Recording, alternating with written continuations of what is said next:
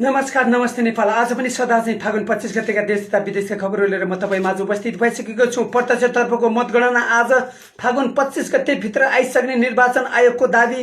कांग्रेस एमाले र माओवादीलाई 5 वर्ष सत्ता बाहिर बस्न जनमत दियो जनताले। अहिलेसम्म 61 लाख मतगणना हुँदा 34 लाख रासोपाको अन्य अरू दलको पक्षमा। लुम्बिनीका 26 मध्ये 21 सिटमा रासोपाको जित। धनकोटामा 13 उम्मेद्वारको जमानत जफत। समानुपातिक तर्फ 50 लाख मतगणना हुँदा रासोपाको पक्षमा 24 लाख मत। कांग्रेसका सभापति गगन थापा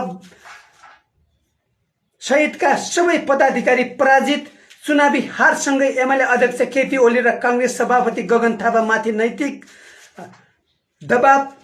सुनसरी 1बाट श्रम संस्कृति पार्टीका अध्यक्ष हर्क साङपाङको विजय। हर्क साङपाङको फेसबुकमा रासोपाका वरिष्ठ नेता बालेन शाहले लेखे, तपाईलाई धेरै धेरै माया छ। आम जनता पार्टीका अध्यक्ष प्रभु शाहको भनाई, म जनताको सेवामा सदैव समर्पित रहनेछु। जेन्जी आन्दोलनको घटनाको नालीबेली प्रधानमन्त्रीलाई बुझाइयो। कारवाहीको लागि सिफारिस। इरान अन्तर्राष्ट्रिय खबर, इरानी नौसेनाको जहाजमा 242 जनालाई उद्धार गरी कोलम्बोको बन्दरगाह लग्यो। बेलायत माथि अमेरिकन राष्ट्रपति डोनाल्ड ट्रम्पको टिप्पणी, हामीले जितिसकेपछि युद्धमा सामेल हुनुको कुनै अर्थ छैन। र खेल खबर, सन् 2026 को विश्वकप T20 वर्ल्ड कप को फाइनल उपाधि विजेता टिम भारत रहेको छ। र यिनै खबरलाई अंग्रेजीमा, the election commission claims that the vote countings for the director election seat will be completed by Falgun 25. The public mandate was pushed Congress, UML and most parties to stay out of power of the next 5 years. So far 6.1 million support have been counted, with 3.4 million votes going to Rashtriya Swatantra Party RSP and the rest to other parties. In Lumbini, RSP has won 21 out of 26 seats.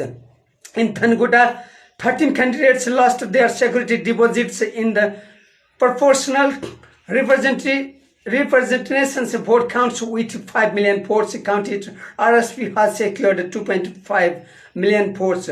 Expect for Nepal Congress President Gagan Thapa, all other parties' office bearers have been defeated. Following the election, Deputy UML Chairperson KP Sharma Oli and Nepali Congress President Gagan Kumar Thapo are facing moral pressures. Harka Sangpang, Chairperson of the Shram Sanskriti Party, has won from Sunsari. One senior RSP leaders, Balendra Shah, wrote on Facebook, "You always have my love." Prabhu Shah of the Aam Janata Party stated that they will be always remain dedicated to serving the people. The reports regarding the Zenzi movement's incident has been submitted to the Prime Minister with recommendations for actions to international needs. 242 were rescued by 9 Iranian naval ships and taken to Colombo ports. US President Donald Trump commented about the United Kingdom, says there is no point to joining the war after we have already won. In sport news, India has won the T20 World Cup and 2026 World Cup in becoming the